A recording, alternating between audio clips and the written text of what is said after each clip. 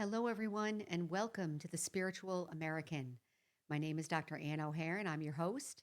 And today we will be talking about living beyond limitations. Very interesting topic. It's kind of almost a part two from the last episode, which was about ego. And so we're going to talk a little bit about how we can move beyond our limitations. And so before we get started, please consider like, sharing, and subscribing. As you know, that helps YouTube to get this information out to more and more people. And of course, please consider sharing with your friends and family as well. So if you watched the last episode, you noticed that we were talking about the ego in a different kind of a way. We were saying the ego is like a mini I, a mini self that has learned a lot of stuff. And there's a saying in our spiritual study, it's like a mouse who gets a piece of cheese and thinks he's the grocer, thinks he owns the grocery store. It's kind of like that. The ego understands a little bit of something and then it thinks it's running the whole show. We know that ego is a problem or becomes a problem because it gets attached to what it knows and then defends it or gets upset when other people say different things. It's very attached. It has devices associated with it and so forth. But we're going to talk today about living beyond limitations. And the limitations I wrote down here, when do you feel limitations or where do you think limitations come from? People may say that limitations come from outside, like financial limitations, physical limitations, things like that. And that's valid. But the limitation I'm talking about is the internal limitation, the limitation of emotional addiction or emotional overload or something like that, or a limitation of maybe not being in control of the mind, which is affecting decision making and affecting your health and affecting your relationships and so forth. So those limitations I'm talking about today. So I wrote here, the self without limitations is soul consciousness. So before, in the last episode, it was like ego. Ego would be a limited self. So if I was to have an unlimited self, I would call that soul consciousness. And what do I mean by unlimited self? I am, and you've heard me say this before, I am living energy. I am the soul, the spiritual being. This body is here as an instrument to help me express myself. It's a very powerful instrument and a very sensitive one, but it's not me. I'm the one using it to express myself and to live my life and have experiences.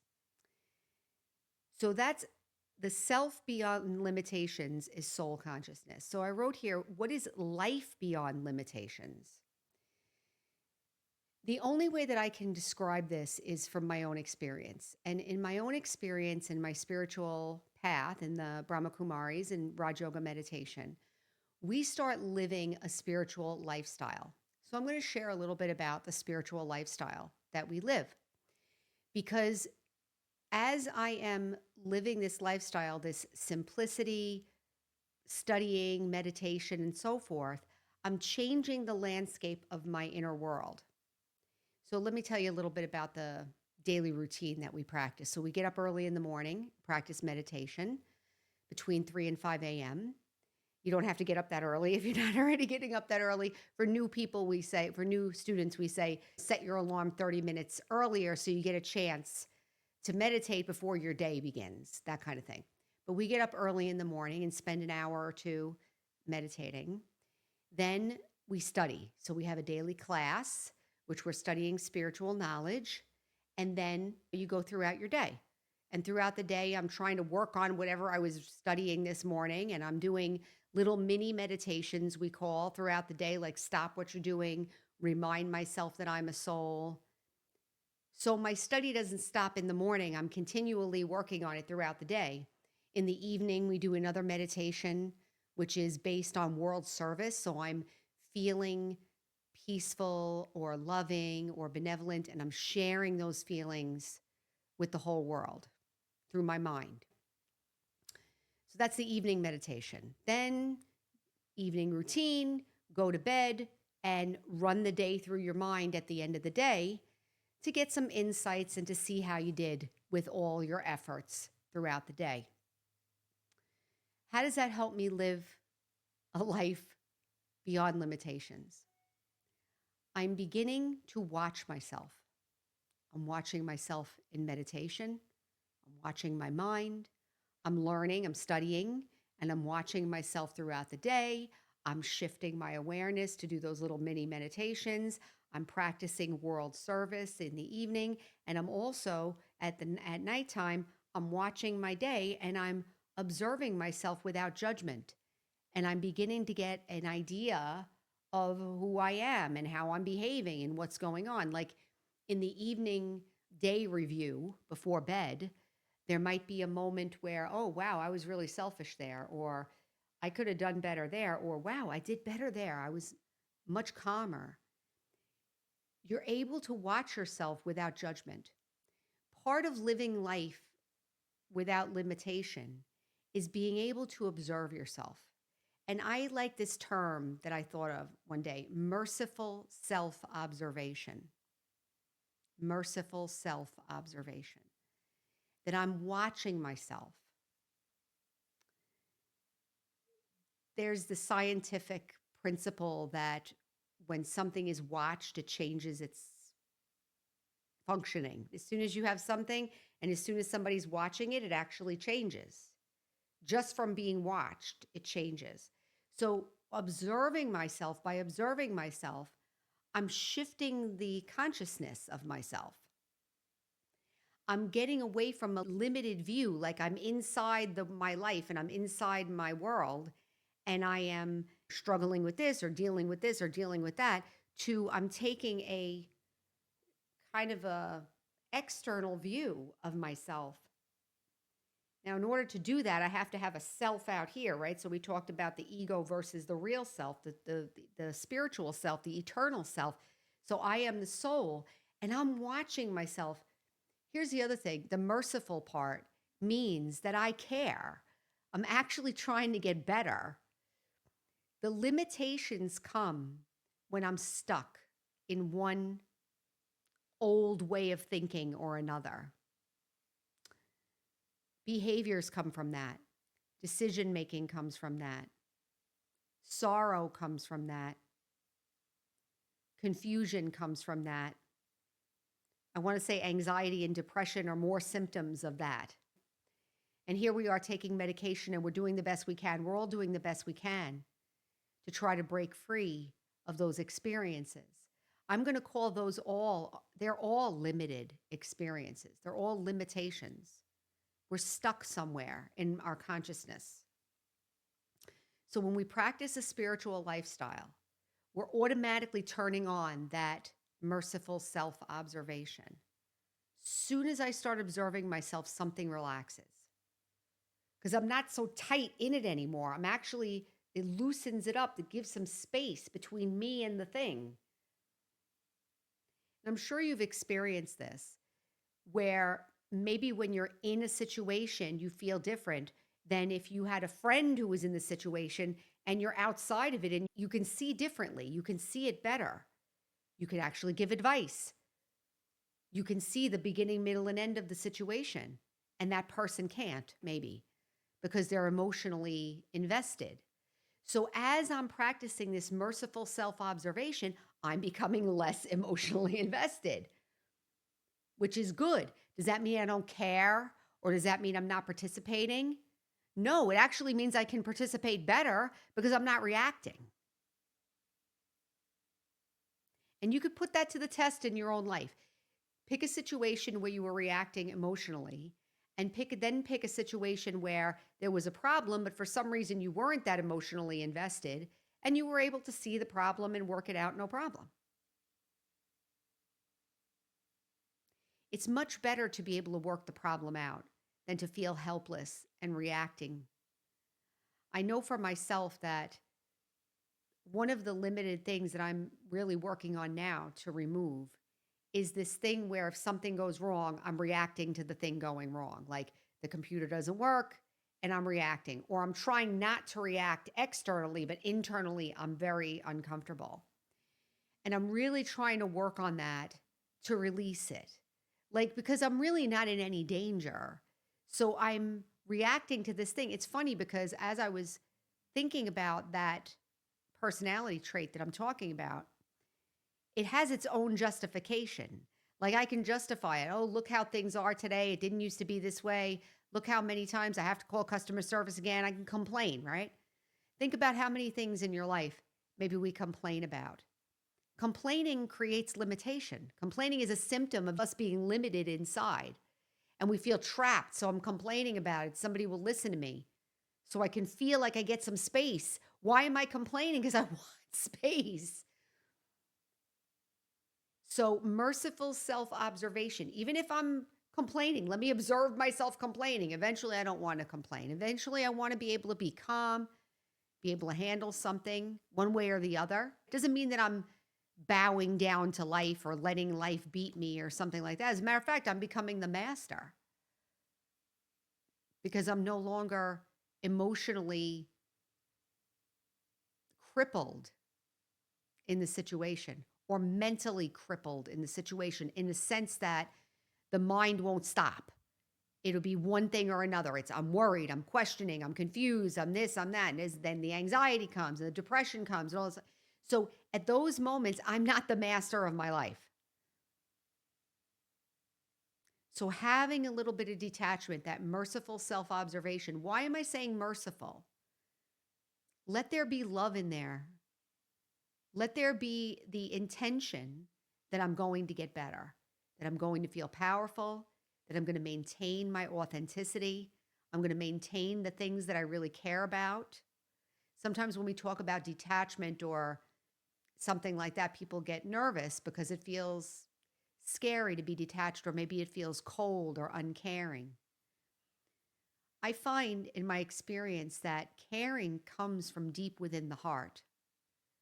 And when I'm detaching from all those upsets, I'm actually more in touch with my heart. I'm more in touch with my feelings. And I'm more able to be compassionate or caring than if I was reacting to the situation. So, the last thing I want to add here is about self respect. So, one of the things that I've noticed is that when I'm emotional or reacting or even having extra mental activity, I don't really feel good about myself. Now, in the past, I didn't know that there was an option because I figured this is the way life is and you just have to deal with it. You have to deal with yourself somehow, and that's it.